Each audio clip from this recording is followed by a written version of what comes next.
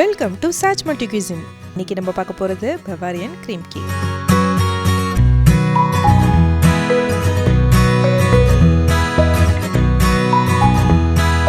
தேவையான பொருட்கள்: strawberry jam 200 gram, cream 100 ml, whipping cream 300 ml, agar agar powder இல்லைன்னா gelatin powder 1.5 teaspoon, white chocolate 150 gram, cream 100 ml, whipping cream 200 ml, agar agar powder இல்லைன்னா gelatin powder 1 teaspoon, red fruits 100 gram, strawberry, raspberry, cherry இல்லை cranberry எது வேணால் எடுத்துக்கலாம், sugar 100 gram, தண்ணி 200 ml, agar agar powder R gelatin powder 1 teaspoon. Decorate பண்ண red fruits, white chocolate.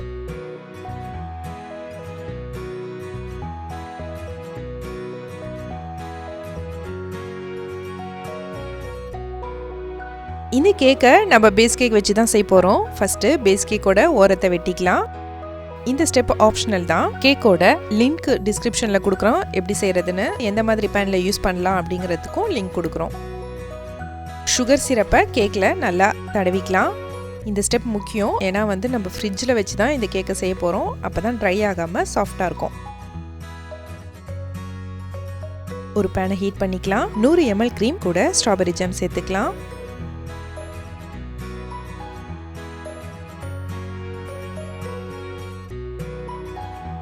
ஒரு 5 minutes நல்லா கலந்து கொதிக்க விடலாம்.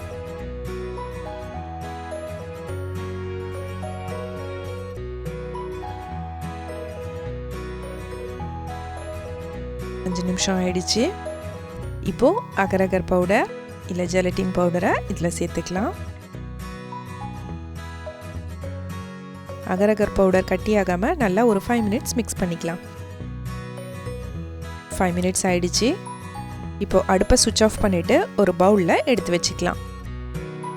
ஒரு பவுலில் க்ரீம் 300 ml சேர்த்து பீட் பண்ணிக்கலாம்.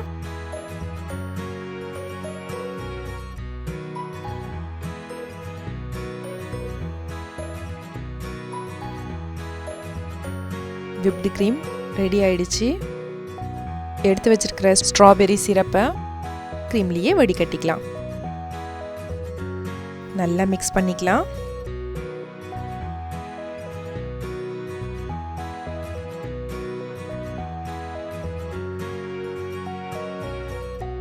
க்ரீமில் இன்னும் கலர் வேணும்னா பிங்க் கலர் சேர்த்துக்கலாம். நான் கொஞ்சமாக சேர்த்துருக்கேன். இதுவும் ஆப்ஷனல் தான். நல்லா மிக்ஸ் பண்ணிக்கலாம்.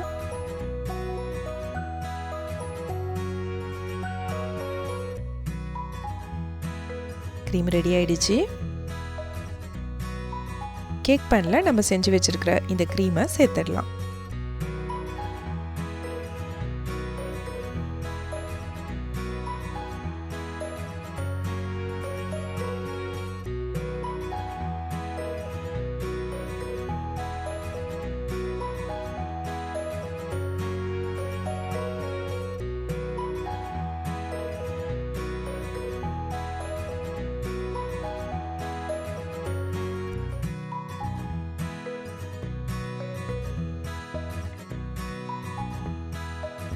இப்போ இதை ஒரு 2 hours ஃப்ரிட்ஜில் வச்சிடலாம்.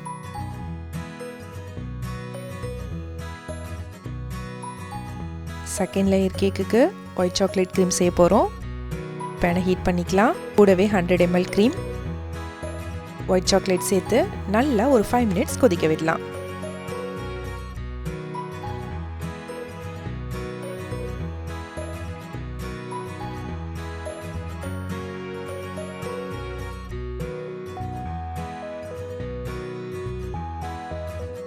அகர் அகர் பவுடர் சேர்த்து ஒரு 2 மினிட்ஸ் மிக்ஸ் பண்ணிக்கலாம்.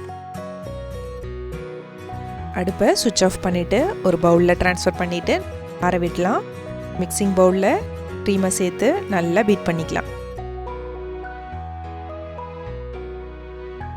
விப்டு க்ரீம் ரெடியான பிறகு ஒயிட் சாக்லேட்டை இதில் சேர்த்துடலாம்.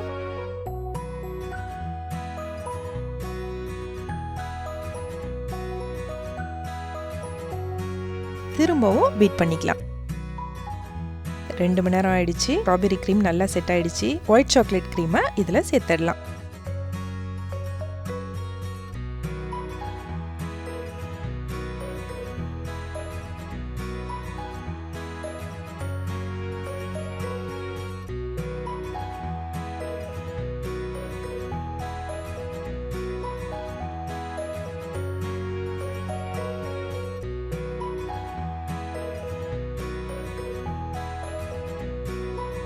டூ ஹவர்ஸ் ஃப்ரிட்ஜில் வைக்கலாம்.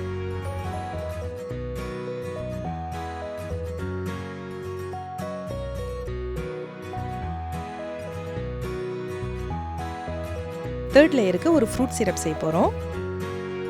ஒரு பேன் ஹீட் பண்ணி ரெட் ஃப்ரூட்ஸ் சேர்த்துக்கலாம். ஸ்ட்ராபெரி, செர்ரி, ராஸ்பெரி எது கிடைச்சாலும் பரவாயில்ல. சுகர், தண்ணி எல்லாத்தையும் சேர்த்து நல்லா கொதிக்க விடலாம். 5 நிமிஷம் கொதிச்ச பிறகு அகர் அகர் பவுடர் சேர்த்து நல்லா மிக்ஸ் பண்ணிக்கலாம். திரும்பவும் 2 மினிட்ஸ் கொதிக்க விடலாம். ஃப்ரூட்ஸ் கிடைக்கல அப்படின்னா சுகர் இல்லாமல் ஸ்ட்ராபெரி ஜாம் கூட சேர்த்துக்கலாம். அடுப்பை சுவிட்ச் ஆஃப் பண்ணிவிட்டு ஒரு பவுலில் வடிகட்டிக்கலாம். நல்லா ஆற விட்டுடலாம். இப்போ நம்மளோட செகண்ட் லேயர் கேக்கும் செட் ஆயிடுச்சு. இப்போ இந்த சிரப்பை கேக்கில் சேர்த்துடலாம்.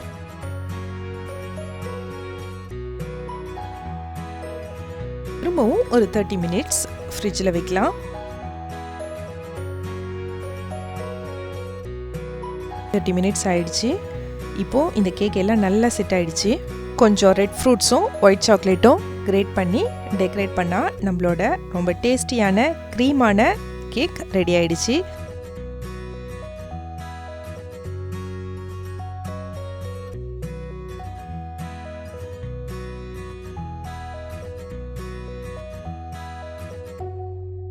உங்களுக்கு இந்த சேனல் பிடிச்சிருந்தா சப்ஸ்கிரைப் பண்ணுங்கள், பெல் ஐக்கானை கிளிக் பண்ணுங்கள், லைக் பண்ணுங்கள், ஷேர் பண்ணுங்கள், கமெண்ட் பண்ணுங்கள்.